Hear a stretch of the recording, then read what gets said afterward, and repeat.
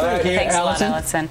I have to wonder whether or not the White House has ever sent this kind of letter before to a mainstream media operation. The White House on Monday, specifically Ed Gillespie, the White House counselor, sent a scathing letter to NBC News, taking them to task for how they, in their words, misrepresented the comments that President Bush said when he spoke in Israel last week. That's right. The interview with Richard Engel that ran on the Today Show, Ed Gillespie says, the interview was intended to give the impression that the president agreed with Richard Engel's remark when explicitly he challenged it. Yeah, and here's what he said. And essentially, it was something really weighty because the president was speaking to the Knesset in Israel and said that, and talked about terror and the fact that some want to talk to these terrorists and you can't be doing that. And did he agree that that was directed at Barack Obama? And here's what he said. Well, here it is.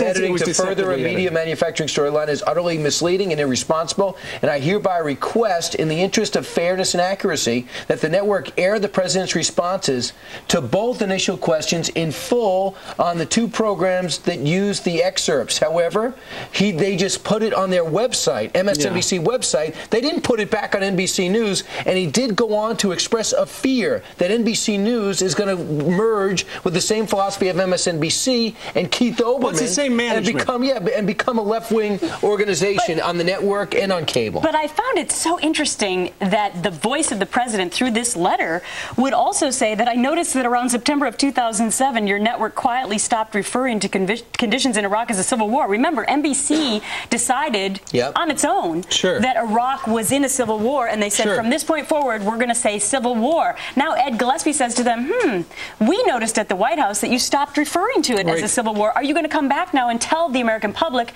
it is no longer a civil war? Well, you know, and we've talked a little bit about this. NBC, with MSNBC, has made a business decision to lean left.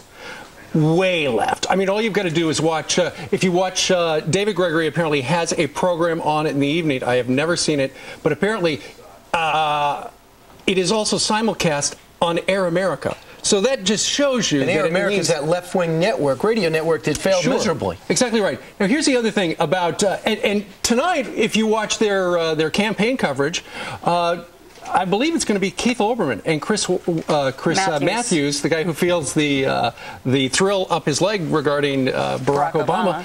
But Keith Olbermann is the face of NBC News at MSNBC. Now, I have a problem with Keith Olbermann, and here it is.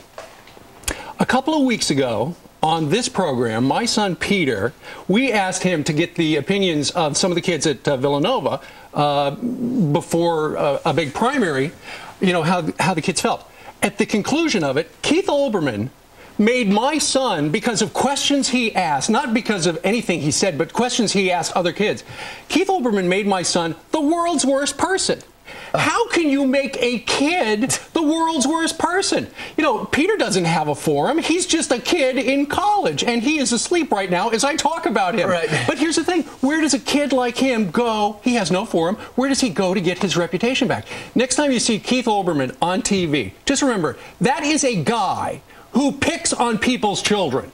Yeah. You know, he completely sandbagged my son, took his comments out of context, and mangled them around the way he does every night.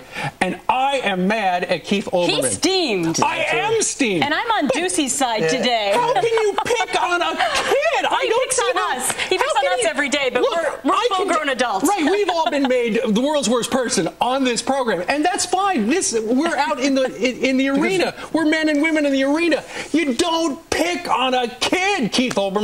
That is over the line. And for more on this, let's go.